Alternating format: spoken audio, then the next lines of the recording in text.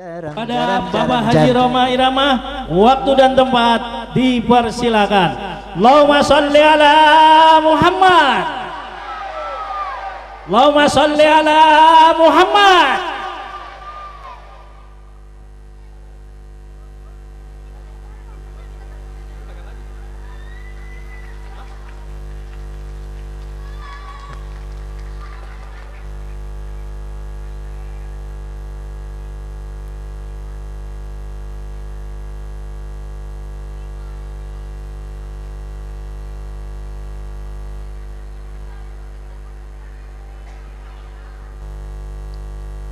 Assalamualaikum warahmatullahi wabarakatuh.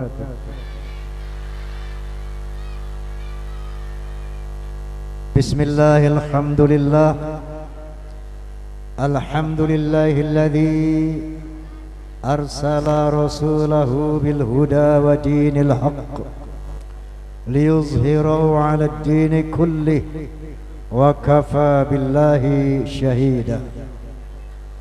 أشهد أن لا إله إلا الله وحده لا شريك له وأشهد أن سيدنا ونبينا محمدا عبده ورسوله لا نبي بعده. اللهم فصل وسلم وبارك على سيدنا محمد وعلى آله وصحبه ومواله.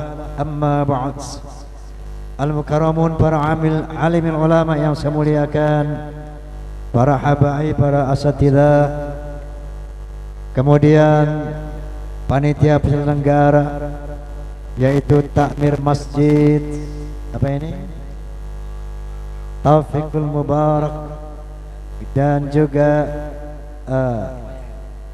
Yayasan Rumah Yatim Piatu, juga Rismata, kemudian juga Forum Silaturahmi Takmir Masjid dan Mushola Indonesia, Fahmi Tamami.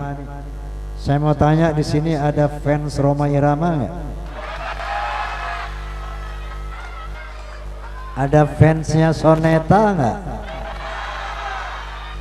Nah, fans Roma Irama dan fans Soneta yang berseragam ataupun tidak itu disingkat Forza.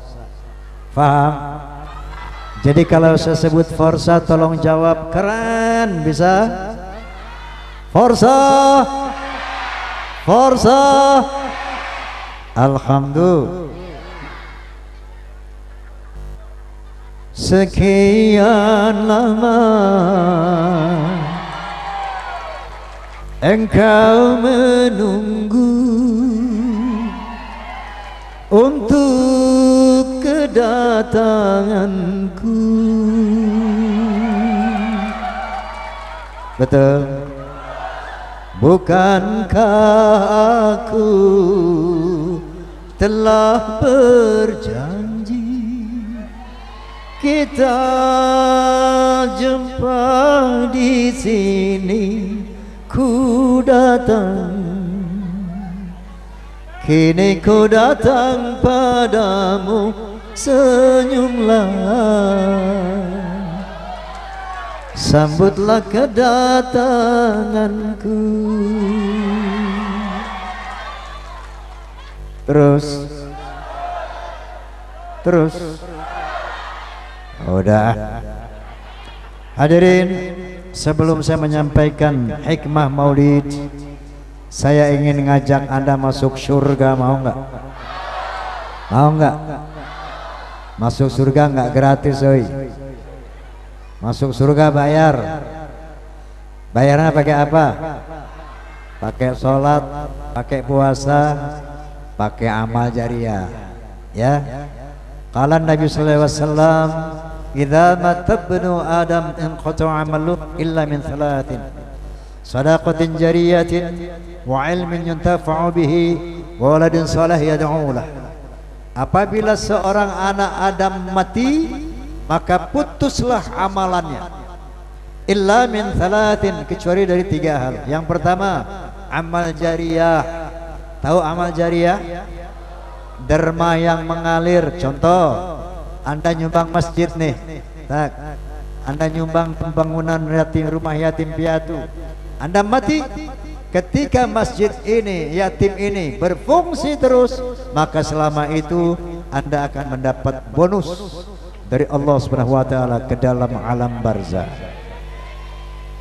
Nah, jadi sekarang saya ngajak Anda sebelum saya sampaikan hikmah Maulid untuk beramal jariah. Setuju? Mau? Coba keluarin duitnya semuanya, siapin dulu. Hei, dompetnya keluarin. Nih gua juga mau nyumbang nih, tuh. Yang berapa ada di kantong aja nih. Ada di kantong berapa nih? 1, 2, 3, 4, 5, 6,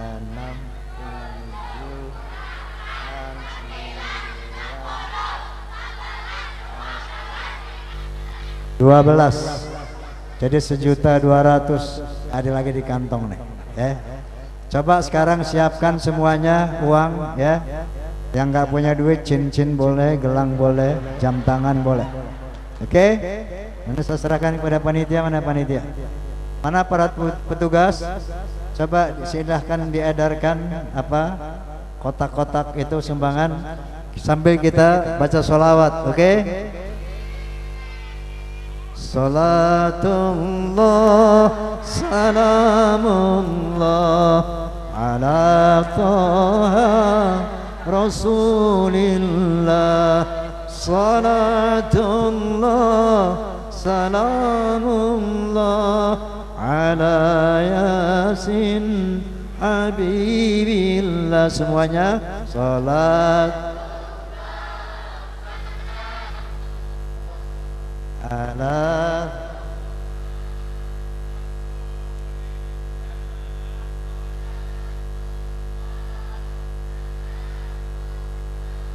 ala yasin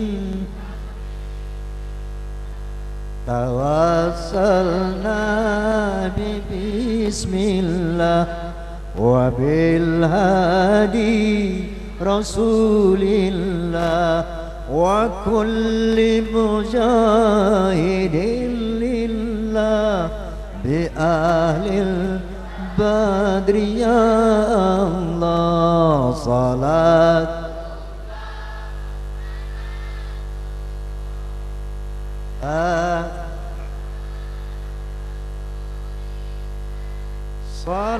salatullah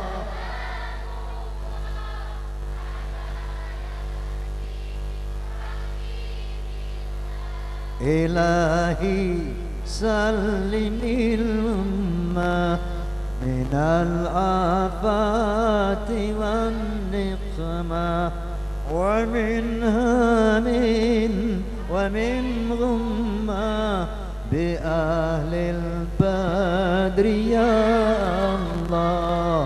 Salat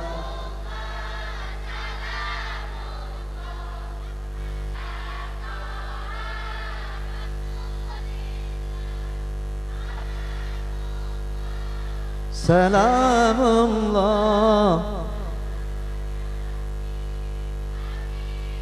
Allahumma salli wa sallim wa barik alaih. Yang belum nyumbang nanti datang ke panitia sumbang, ya. Yang sudah nyumbang jangan merasa cukup. Sebelum rumah yatim jadi, jangan berhenti nyumbang. Kalau ada kelebihan datangi panitia, ada kelebihan lagi datangi panitia. Insya Allah rezeki akan berlimpah, bukan kurang, akan bertambah-tambah. Ini janji Allah Subhanahu wa taala. Baik, mengadakan Maulidur Rasul tujuannya adalah dalam rangka mempertajam, memperdalam pengenalan kita terhadap sosok beliau sallallahu alaihi wasallam. Karena ada pepatah lama mengatakan tak kenal maka tak sayang maka tak cinta maka taat. Karena ada perintah dari Allah Subhanahu wa taala, "Wa ma atakumur rasulu fakhudhuhu wa ma nahakum anhu fantahu." Apa yang diperintah oleh Nabi laksanakan, dan apa yang dilarang oleh Nabi tinggalkan. Bahkan Allah Subhanahu wa taala lebih menegaskan lagi, qul in kuntum tuhibbunallah fattabi'uni yuhibbukumullah wa yaghfir lakum dhunubakum wallahu ghafurur rahim. Katakan ya Muhammad kepada manusia, seandainya kamu cinta kepada Allah, maka taatlah kepadaku. Kalau kamu taat kepada Muhammad, maka Allah akan mencintai kamu dan akan mengampuni dosa-dosamu. Kira-kira mau dicintai Allah, mau diampuni dosa kita oleh Allah, syaratnya taati Nabi Muhammad. Nah, untuk bisa taat itulah kita selalu menyelenggarakan Maulidur Rasul, untuk lebih dalam lagi mengenal beliau, sehingga muncullah sayang kita, cinta kita, kagum kita kepada sosok beliau sallallahu alaihi wasallam, dan akhirnya muncullah ketaatan kita kepada beliau sallallahu alaihi wasallam. Amin Allahumma. Dalam hal ini saya ingin mengemukakan biografi singkat beliau. Boleh? Boleh. Beliau adalah Muhammad bin Abdullah bin Abdul Muttalib bin Hashim bin Abdi Manaf bin Qusay bin Hakim bin Murrah bin Ka'ab bin Lu'ay bin Ghalib bin Fihr bin Malik bin An-Nadar bin Kinanah bin Khuzaimah bin Mudrikah bin Ilyas bin Mudar bin Nizar bin Ma'ad bin Adnan. Selanjutnya beliau adalah keturunan Nabi Ismail alaihissalam bin Nabi Ibrahim alaihissalam. Terlahir pada subuh harinya hari, lo mesti hafal ini, hari apa? Hari Senin, tanggalnya tanggal 12, bulannya bulan Rabiul Awal, tahunnya tahun gajah, bukan tahun macan. Kenapa dinyatakan lahir pada tahun gajah? Karena ketika beliau sallallahu alaihi wasallam dilahirkan, terjadi penyerangan tentara gajah di bawah pimpinan Raja Abroha yang tujuannya mau menghancurkan Ka'bah. Nah, Allah murka, kemudian diturunkanlah pasukan Allah yang berupa burung. Kemudian burung ababil itu menggenggam batu-batu api dan melontari tentara gajah sampai lumat seperti rumput yang dikunyah. Cerita ini, kisah ini diabadikan Allah dalam surat Al-Fil. Masih hafal? Alam tara kaifa fa'ala rabbuka alam yaj'al kaidahum sala alaihim armihim bihijaratin faj'alahum.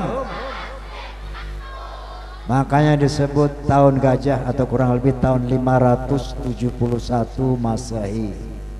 Jadi sudah 1500 tahun yang lalu kurang lebih. Kemudian di antara 124.000 nabi ada 313 rasul. Ada berapa nabi?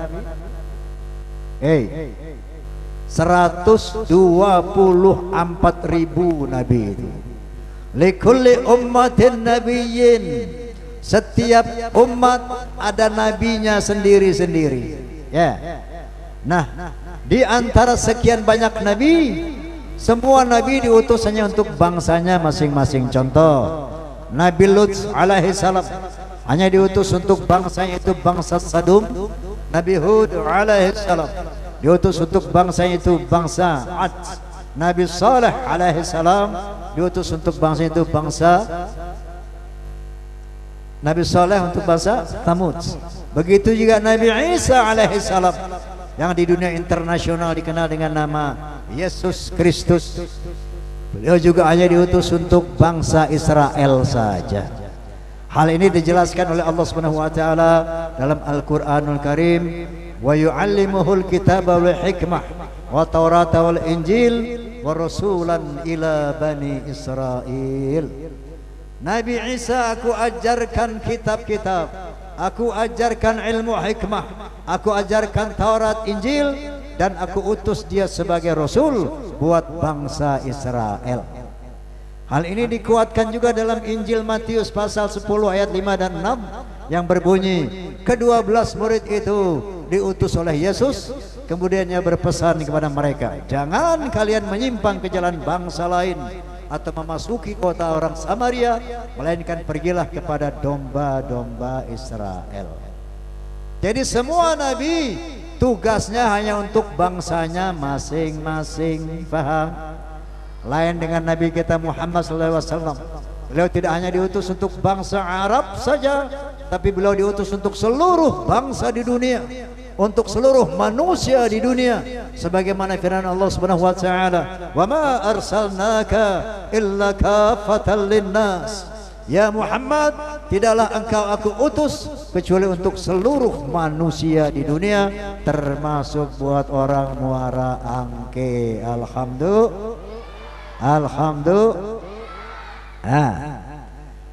Karena misi beliau berskala internasional, maka beliau dibekali dengan Al-Quranul Karim, kitab suci, ya, yang lengkap,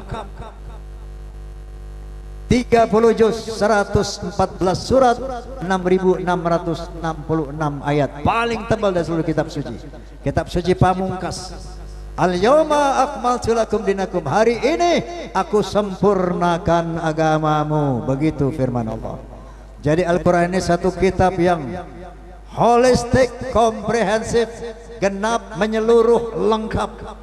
Sampai seorang profesor berkebangsaan Amerika, yaitu Profesor Dr. Arnold Toynbee. Siapa?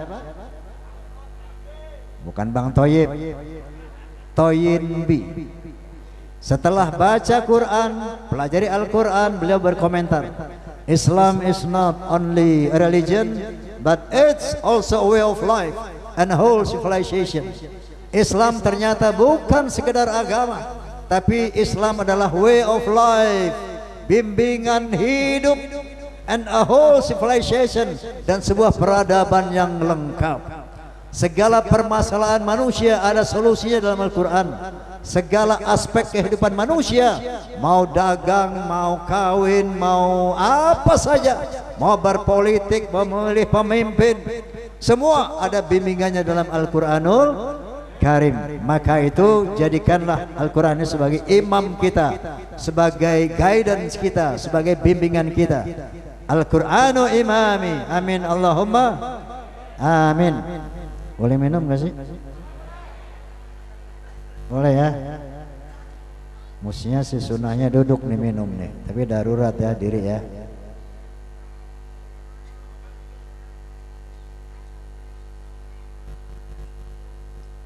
Nah, kelebihan beliau yang pertama itu.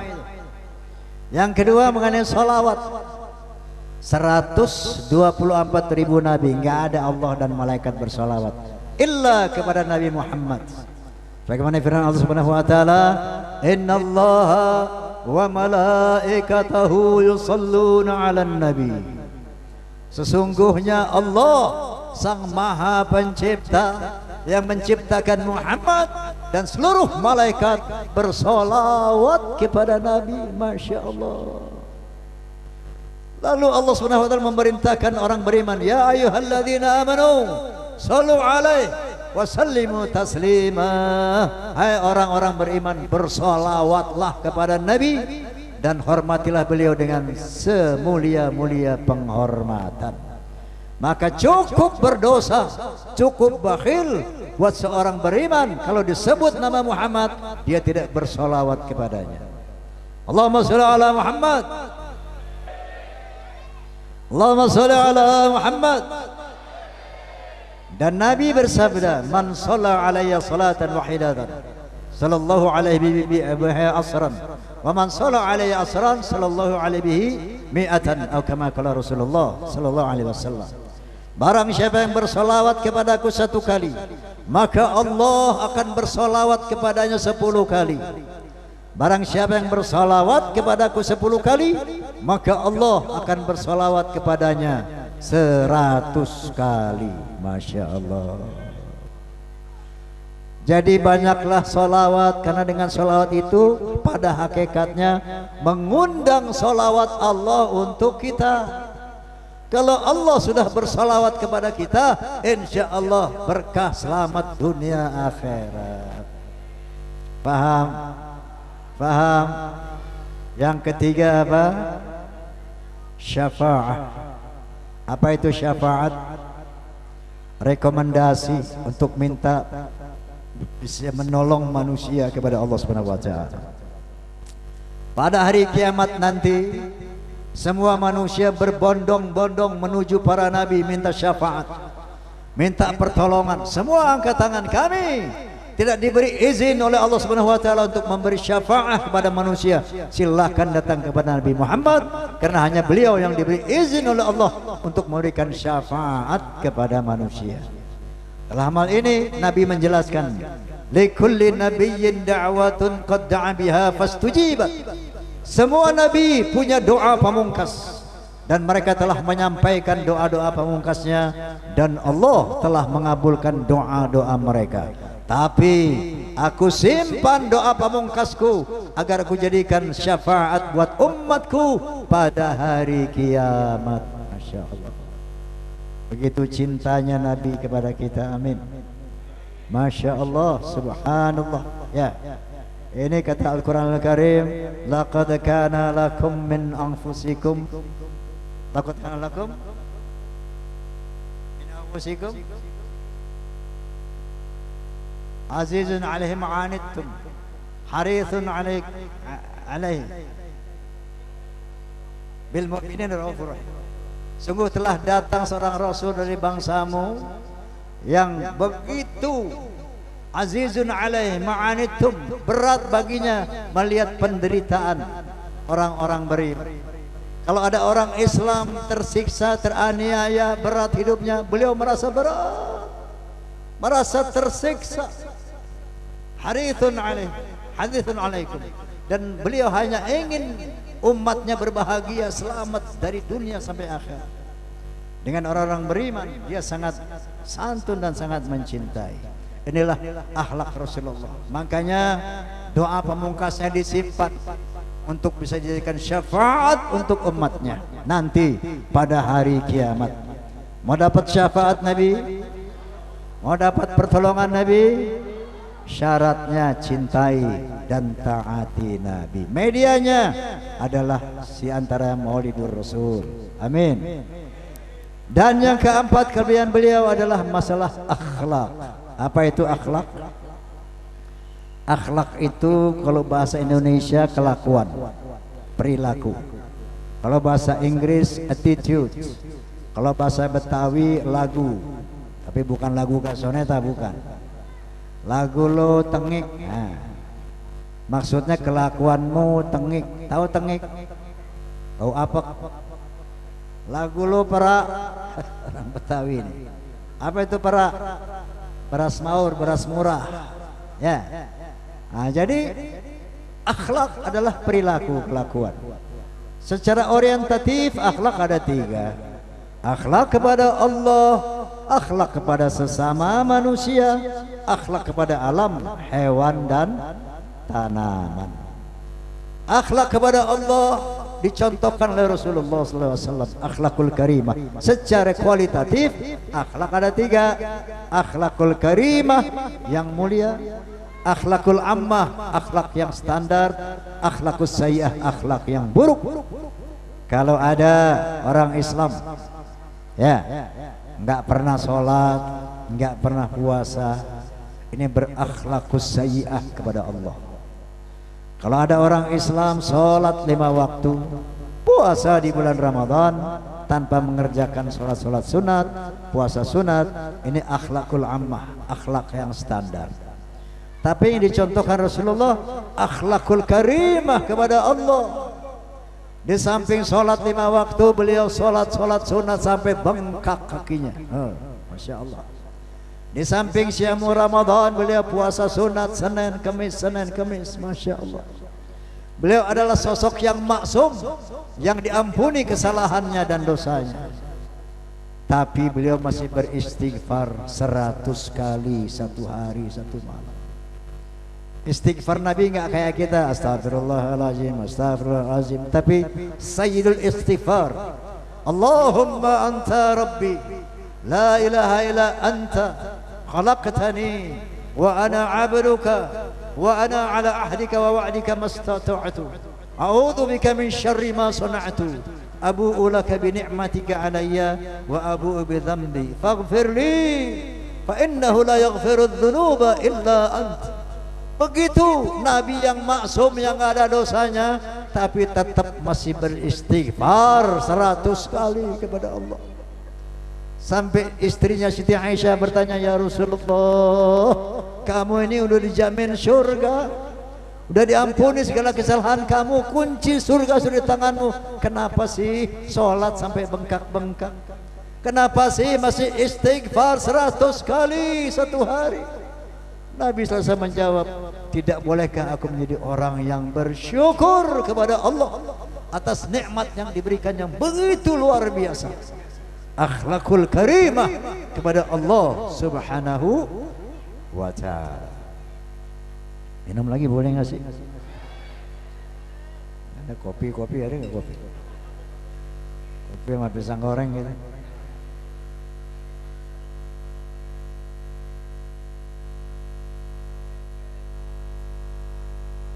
Sampai mana tadi? Sampai kopi.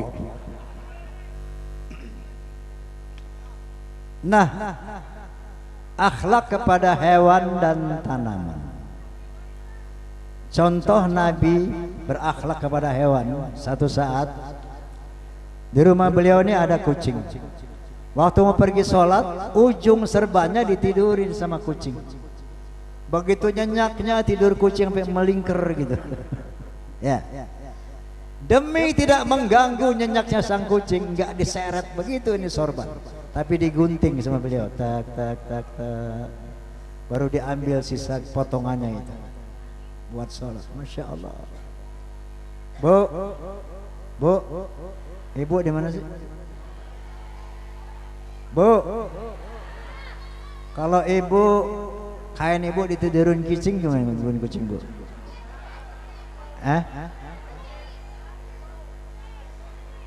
Enak kucing tiduran di keset aja lu tendang. Betul. Saya mau tanya, punya rumah bu? Kontrak apa dia lunas? Kreditan apa lunas? Masih kredit. Itu ingat ya, bukan rumah ibu sendiri. Kenapa? Saya mau tanya, di rumah ibu ada semut nggak? Ada cicak nggak? Ada tikus nggak? Ada kecoa nggak? Itu binatang. Jadi rumah kamu bukan habitatmu sendiri. Itu juga habitat cicak, habitat semut, habitat kecoa. Ya. Nah, binatang ini akhlak kepada hewan. Jangan menyakiti hewan tanpa kepentingan. Jangan membunuh hewan apapun tanpa kepentingan. Sejauh tidak mengganggu, jangan main semprot-semprot aja tuh. Ya, yang boleh dibunuh apa? Tikus, boleh matiin. Ya. Kemudian kelabang, kemudian ular. Pokoknya di rumah yang berbahaya, yang mengganggu, boleh dibunuh. Tapi sekedar cicak mengganggu nggak sih? Semut? Kalau dia mundar-mandir di bawah, lu lagi sarapan roti, bagi aja pojok, mut, lu sarapan sono gua sini, dia ke sono, nggak mengganggu. Rambutan ada semut, lu jangan bejek-bejek itu semut, keprokin, brak, kupas satu tuh buat kamu di sono, dia ke sono tuh semut. Ya, ada kecoa aja main injek aja. Kecoa mah gampang lu tegur aja, kecoa jelek lo, gua nggak demen sama lo. Pokoknya kalau gua di sini lu jangan lewat sini, ya. Kalau lewat gua injek lo. Nah gitu. Dia ngerti itu, nggak lewat-lewat lagi dia. Artinya berakhlaklah kepada hewan, ya. Kenapa? Karena hewan yang kecil-kecil itu bisa jadi nanti pada hari kiamat dia diciptakan lebih besar daripada kamu, dan dia yang kamu aniaya akan menganiaya kamu pada hari kiamat. Percaya enggak? Percaya enggak? Saya pernah baca buku kisah 100 orang mati suri. Ya. Ada dari 100 orang itu dia apa namanya? Berkepribadian apa jahat gitu, apa namanya itu? Hah? Dia suka ganggu kucing. Ada satu kucing, dia lempar ke tabunan, dibakar. Kucing kelojotan dia senang. Nah ini ada orang sejenis itu, apa namanya saya lupa itu. Ya, satu saat dia mati suri, mati yang hidup lagi gitu. Dia cerita di buku itu, dia melihat dikerumuni saudaranya, ruhnya tembus lewat genteng, lewat internet, terus lewat langit pertama. Dia lihat bumi menjadi segede beras, kecil itu bumi. Sampailah dia di satu dataran padang pasir yang tanpa batas. Tiba-tiba di sana dia sambut dengan seekor kucing yang besarnya sebesar rumah kucing itu. Begitu dilihat, oh ini kucing yang saya lempar ke tabunan, ke api unggun. Jadi Allah ciptakan kucing yang kecil itu menjadi lebih besar dari dirinya. Gemeter dia ketakutan, baru disebut nama Allah. Astagfirullahaladzim, ya Allah ampun aku. Dihidupkan lagi, itu mati suri. Jadi berakhlak kepada hewan, jangan menyakiti hewan, jangan membunuh hewan sejauh tidak penting dan tidak diperintah. Paham? Paham? Nah, berakhlak kepada tanaman. Tanaman ini ada pohon nggak sih? Udah nggak ada pohon ya? Pohon itu makhluk Allah yang hidup. Dia punya ruh, indikasinya dia bisa tumbuh. Dari kecil gede berkembang berbuah. Artinya dia tumbuh, dia punya ruh. Dan dia punya jenis kelamin, ada gendernya. Allah Subhanahu wa taala menjelaskan itu. Subhanalladzi khalaqal azwaja kullaha mimma tumbitul ard. Maha suci Allah yang telah menciptakan pohon-pohon di muka bumi berpasang-pasangan. Jadi ada pohon pisang laki, ada pohon pisang perempuan. Ada pohon mangga laki, ada pohon mangga perempuan. Semua ada dua jenis pohon itu. Ya. Jadi makanya buat cowok-cowok nih saya ingatkan, kalau manjat pohon lihat-lihat pohonnya. Jangan pohon cewek lo naikin, ntar lo betah nggak mau turun. Ya. Ibu-ibu juga hati-hati kalau berteduh lihat pohonnya. Dan berteduh di bawah pohon cowok. Ya. Ntar lo betah nggak mau jalan. Nah jadi mereka ada gender, ada jenis kelamin, dan mereka kawin. Berkembang biaknya pohon itu dengan dua makhluk, dengan kumbang. Yang ngawinin pohon itu kumbang dan angin. Allah Subhanahu wa taala berfirman, wa arsala riyaha lawaqiha. Aku utus angin sebagian untuk mengawinkan pohon yang dimaksud di sini. Jadi Pak Bu, kalau ada angin ribut, kamu nggak usah ikut ribut, tenang aja. Itu pohon lagi pada kawin. Ya. Kalau ada pohon rubuh, berarti pohon udah tua tuh. Rubuh dia. Makanya yang udah pada tua jangan pada kawin. Ya. Rubuh loh. Nah, berakhlak kepada pohon. Dia itu yusabbihu lahu ma fis samawati wal ardh. Semua yang di langit dan di bumi bertasbih kepada Allah, termasuk pohon dengan caranya masing-masing. Pohon bertasbih, gunung bertasbih, semua bertasbih kepada Allah dengan caranya. Berakhlak kepada pohon. Satu, jangan potak-potek pohon tanpa kepentingan. Hujane, nggak ada payung, ada pohon pisang, jangan main tarik aja merebet. Cari pisau yang tajam, bismillah, Allahu akbar, seret. Karena kalau Anda tarik pohon, itu dia merasa sakit. Dia punya rasa pohon itu. Kalau Anda belai, Anda rawat, dia merasa nikmat. Masya Allah, pahalanya besar. Bu, Saya nggak tanya bapak, soalnya ibu yang suka punya taman kecil di rumah ya bu ya. Ada di pot, punya kembang pot bu, pot kembang. Punya, ada taman kecil di rumah. Itu kalau pagi ya habis sholat subuh sarapan, urusin tuh pohon. Baca kalimatut thayyibah, siramin la ilaha illallah la ilaha, atau salawat Allahumma sholli ala Muhammad. Masya Allah, pahalanya besar. Berakhlak kepada pohon dan berakhlak kepada manusia. Rasulullah SAW adalah satu tokoh multi kapasiti. Artinya dia tidak hanya sebagai seorang nabi, tapi beliau seorang kepala negara, seorang kepala ulama, seorang pemimpin, seorang pedagang, segala macam. Nah, beliau di dalam setiap kapasitasnya itu memiliki akhlakul karim. Pernah beliau didatangi pimpinan-pimpinan kafir Quraisy yang udah pusing, sakit hati melihat dakwah Nabi Muhammad semakin maju, pengikutnya semakin banyak. Akhirnya didatangilah pamanda beliau di mana Nabi tinggal di sana, yaitu Abu Thalib.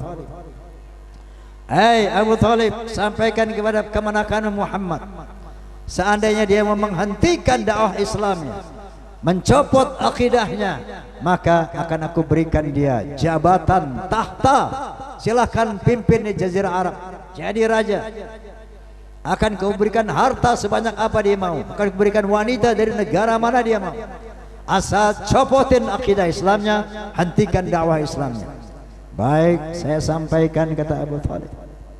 Disampaikanlah pesan para pimpinan kafir Quraisy tadi.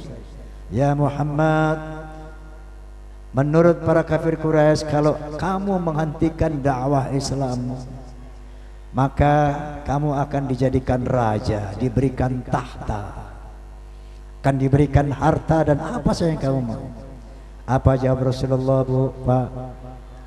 Qala Nabi sallallahu alaihi wasallam, ya ammi, wallahi law wada'u syamsa fi yamini wal qamara fi yasari ala an atruka hadzal amr. Wahai pamanda, jangankan mereka mau ngasih tahta, harta dan wanita, seandainya mereka mampu meletakkan matahari di tangan kananku dan bulan di tangan kiriku, niscaya tidak akan aku tinggalkan dakwah Islam ini sebelum Islam ini bersinar atau aku binasa karenanya. Akhlak sebagai ulama, tidak transaksional. Akhlak sebagai pemimpin, anti rasuah, anti korupsi. Dan sebagai manusia biasa, Masya Allah ya, beliau kepada keluarganya, Masya Allah, luar biasa. Beliau itu kalau panggil istri nggak panggil nama, apalagi poyokan, enggak. Panggil istri itu dengan nama-nama sanjungan, sayang, cinta, kalau anak sana honey, sweetie, darling, kayak gitu kira-kira ya. Panggil dengan penuh kasih sayang. Itu panggil Aisyah saja, beliau memang punya kulit yang putih cemerlang. Nabi panggil beliau apa? Ya Khumairah, wahai si kemerah-merahan. Oh. Akhlak Nabi kepada istri, nggak kayak Muhammad orang angke, manggil bini sembarangan aja, pesek. Mesra kepada istri ya, sangat Masya Allah, romantis, bertanggung jawab, luar biasa. Dan beliau tuh nggak otoriter, mentang-mentang ngasih makan sama istri, nggak tulak pinggang, suruh ini suruh itu, bikin ini, bikin ini tuh. Nabi selalu suka membantu pekerjaan istri, meringankan pekerjaan istri. Kalau beliau melihat istrinya lagi, misalnya lagi kerja apa, dia mau perlu apa, nggak suruh istri, dia kerjain sendiri. Kenapa? Istri saya lagi sibuk. Akhlak Nabi. Sampai-sampai beliau pernah menjahit kasutnya sendiri. Kenapa? Karena istrinya sedang sibuk bekerja. Sangat suka membantu istri, pekerjaan istri. Nah makanya, karena Nabi orang yang sangat saleh, istrinya pun semuanya saleh. Masya Allah. Di sini ada istri salehah enggak? Famfruan. Ada enggak di sini orang salehah, istri salehah? Mau tahu enggak hadiah istri salehah? Bu, istri saleh itu hadiahnya pertama, ya, qilahat khulil jannah min ayyi babin syi'ti, masuk surga dari pintu yang mana saja yang dia mau. Satu. Kedua, nanti dibangkitkan pada hari kiamat lebih cantik dari bidadari. Karena nanti Pak Bu, kita dibangkitkan bukan pakai muka yang ini, bukan pakai tampang yang ini, akan dirubah sesuai dengan amal ibadah kita. Allah Subhanahu wa taala berfirman, "Nahnu qaddarna bainakumul maut wa ma nahnu bimasbuqin ala an nubaddil amsalakum wa nunsyi'akum fi ma la ta'lamun wa laqad alimtumun nasy'atal ula falawla tadhakkarun." Akulah yang menentukan kematian di antara manusia dan aku tidak bisa dikalahkan. Aku akan mengganti orang-orang yang aku matikan dengan yang baru, bayi-bayi baru lahir, dan aku akan merubah wajahmu dalam bentuk yang belum kamu ketahui. Dan bukankah penciptaanmu yang pertama itu sudah menjadi contoh? Jadi nanti walaupun di dunia cantik tampan seperti bintang film Hollywood, Bollywood, tapi kalau tidak beriman, tidak berakhlak, dibangkitkan di hari kiamat lebih jelek dari anjing kurap, lebih jelek dari monyet buduk. Paham? Tapi sebaliknya, walaupun di dunia diciptakan jelek, pendek, pesek, bengek, tapi kalau kamu beriman, bertakwa kepada Allah, nanti dibangkitkan pada hari akhirat jauh lebih cantik, lebih tampan dari bintang-bintang film dunia manapun. Amin. Amin. Dan khusus istri salehah akan ditampilkan, dibangkitkan lebih cantik dari bidadari. Wow, Bu, mau nggak lebih cantik dari bidadari nanti? Mau? Bisa jadi istri salehah? Mau lebih cantik dari mau? Sanggup jadi istri salehah? Istri salehah itu syaratnya 5, Bu. Pertama, idza shalatil mar'atu khamsaha, salat 5 waktu. Sanggup? Sanggup? Wasomat syahraha, puasa bulan Ramadan. Sanggup? Yang ketiga, idza nazarta ilaiha saratka, enak dilihat oleh suami lahir dan batin. Artinya apa? Penampilannya dijaga, selalu rapi, dan batinnya, akhlaknya bagus, nggak bawel, nggak cerewet. Sanggup loh?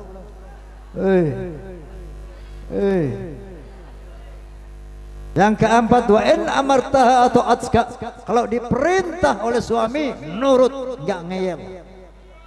Yang kelima, wa in ghibta anha hafizatka fi malika wa nafsiha, kalau tidak berada di sisi suaminya, dia tidak berbuat selingkuh, pandai menjaga kehormatan dan pandai menjaga harta suami. Bu, bisa Bu? Bu, coba yang salehah angkat tangan coba. Inna lillahi wa inna ilaihi raji'un. Enggak barang atuh. Bapak mau punya istri salehah? Mau? Lo dulu jadi orang saleh. Salat dulu yang benar, puasa yang benar, berakhlak yang benar. Mana mungkin bini mau salat kalau suaminya enggak salat? Betul? Betul? Pengen bini cakep, bini cantik, lu kasih duit kagak buat ke salon.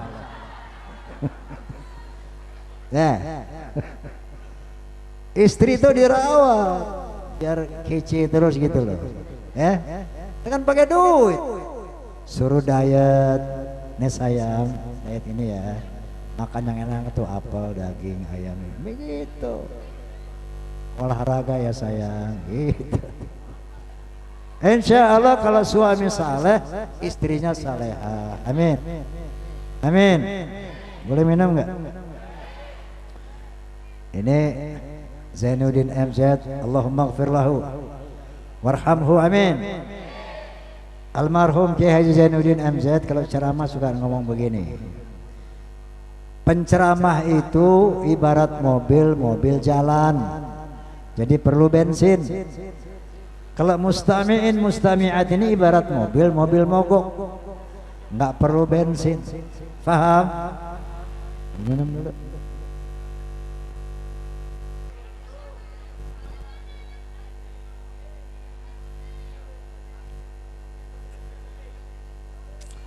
Jadi lengkaplah sudah akhlak kepada Allah, akhlak kepada manusia. Pernah Nabi sebagai manusia jalan mau ke masjid lewat gang kecil, di sana biasa di Mekah tuh ada rumah dari tanah. Ada Yahudi yang benci banget sama Nabi, kalau lewat diludahin. Nabi cuman mengusap, menoleh, tersenyum. Diludahin, mengusap, menoleh, tersenyum. Sampai satu saat Nabi lewat, yang ngeludahin nggak ada.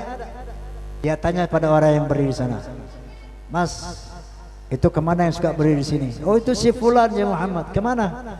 Dia lagi sakit. Mana rumahnya? Tuh. Nabi balik lagi ke rumah, minta kurma, susu, roti sama istrinya. Buat apa ya Rasulullah? Saya mau menyambangi orang sakit. Masya Allah. Padahal yang sakit itu yang suka meludahi dia. Hinaan, cacian, bulian, bahkan penganiayaan. Pernah di Taif dilempari batu Nabi, berdarah kaki, tangan dan wajahnya. Jibril alaihi salam, malaikat yang selalu mendampingi beliau, kesal juga. Berbisik sama Nabi, ya Muhammad, angkat tanganmu kepada Allah agar mereka diazab, biar nanti aku yang himpit mereka dengan dua bukit. Sebagaimana para nabi sebelum kamu, kalau mereka umatnya berduhaka, dia angkat tangan, ya Allah azab umatku, azab umatku. Sekarang kamu angkat tangan, biar aku yang azab mereka. Apa kata Nabi? Jangan ya Jibril. Nabi angkat tangan, Allahumma hdi qaumi fa innahum la ya'lamun. Ya Allah, berikanlah hidayah kepada umatku, berikanlah ampunan kepada umatku. Mereka melempari aku dengan batu karena mereka enggak mengerti, enggak tahu, enggak paham akhlak Rasulullah. Disakiti tidak balas menyakiti, dibuli tidak balas membuli, dihina tidak balas menghina. Ini akhlakul karimah terhadap sesama manusia. Bu, saya mau tanya Bu, kalau ibu diludahin orang, ibu apain tuh orang? Hei Pak, aku mana tanya lo, cowok-cowok, kalau disambit pale lo yang batu, lo apain tuh orang? Wah, gua bacok. Tapi ada orang sini yang niru akhlak Nabi. Bang Haji, saya kalau disambit sama batu, saya nggak sambit lagi Bang Haji. Ya saya sambit sih cuma pakai roti. Roti apa Mas? Ya yang gedean dikit lah, roti apa. Terus dalamnya saya isi batu bata.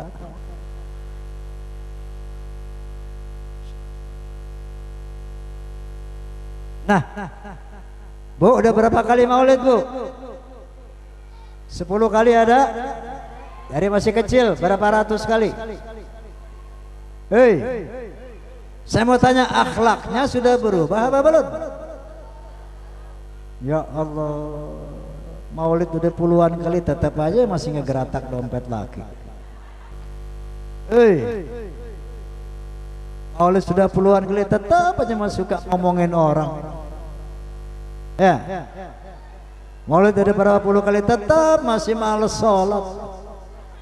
Masya Allah. Tujuan maulid adalah meniru akhlak Nabi, paling tidak nggak usah seluruhnya. Karena Allah Subhanahu wa taala berfirman, laqad kana lakum fi Rasulillahi uswatun hasanah.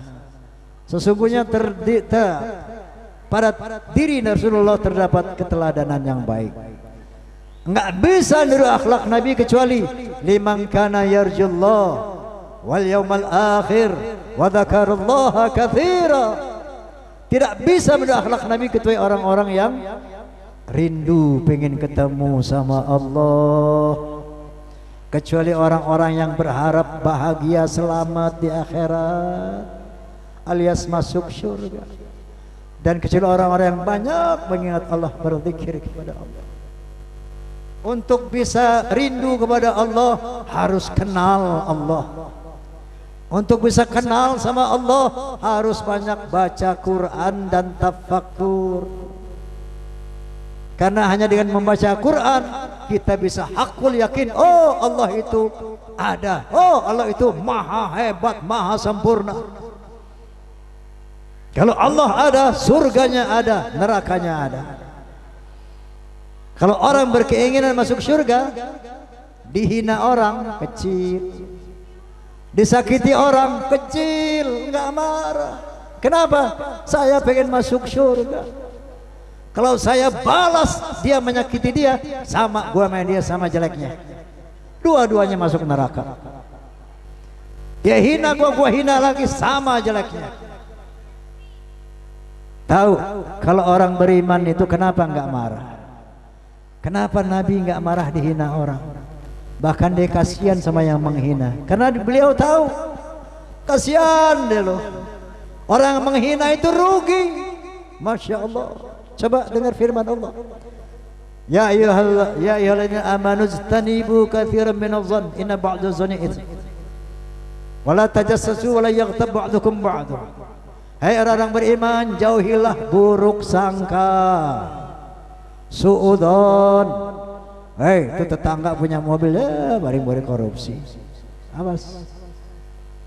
Wala tajassasu, jangan ngintip-ngintip, jangan cari-cari kelemahan kesalahan orang lain. Apa nih kesalahannya? Apa keburukannya? Jangan wala tajassasu. Wala yaghtab ba'dukum ba'dha. Jangan suka menggunjing, menjelekkan sesama kamu. Kalau kamu melakukan itu, mau tahu sanksinya? Ayuhibbu ahadukum ayakula lahma akhihi maitan. Kamu suka makan daging bangkai saudaramu sendiri? Artinya apa? Lo lagi ngomongin orang, itu Allah umpamakan kamu sedang makan daging bangkai yang kamu omongin. Lo lagi ngomongin si Udin, daging bangkai si Udin lagi kamu makan itu. Artinya apa? Kamu tengah mengambil dosa-dosa si Udin. Lo omongin dia kejelekannya, kita sama juga dengan mengambil dosa-dosanya, kita makan dosanya itu.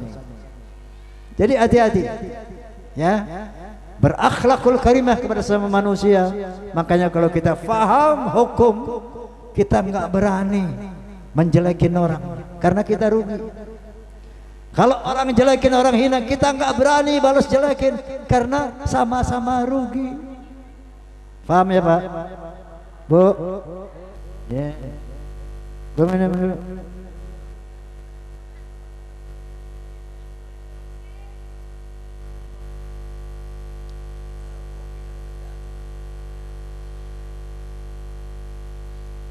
Jadi kembali akhlak.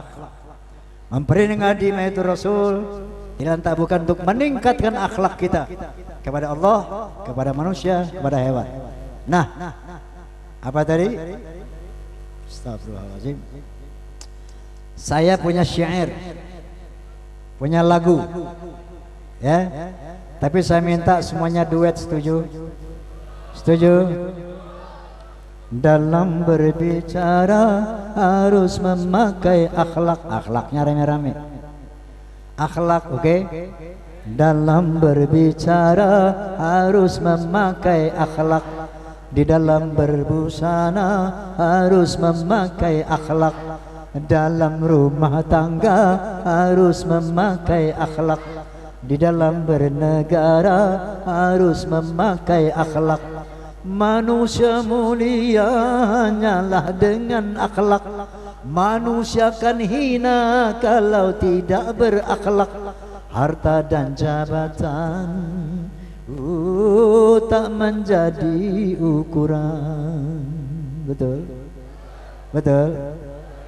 Hei, walaupun hartamu bertonton emas, walaupun jabatanmu setinggi gubernur, presiden, tapi kalau tidak berakhlak, hina di mata manusia, hina di mata Allah Subhanahu wa taala. Betul. Tapi sebaliknya, walaupun kamu cuman tukang sapu jalan, kamu miskin tapi berakhlak kepada Allah, kepada manusia, kepada hewan, maka kamu mulia di mata Allah, mulia di mata manusia. Betul. Betul. Oh, oh, oh. Oh, oh,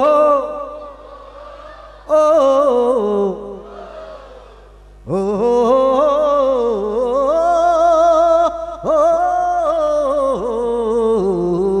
Coba.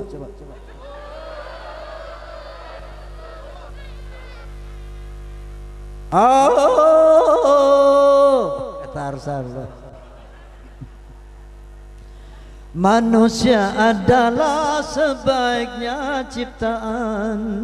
Betul. Akhlak membedakan manusia dan hewan, karena hewan tidak punya keimanan dan tak punya pemikiran.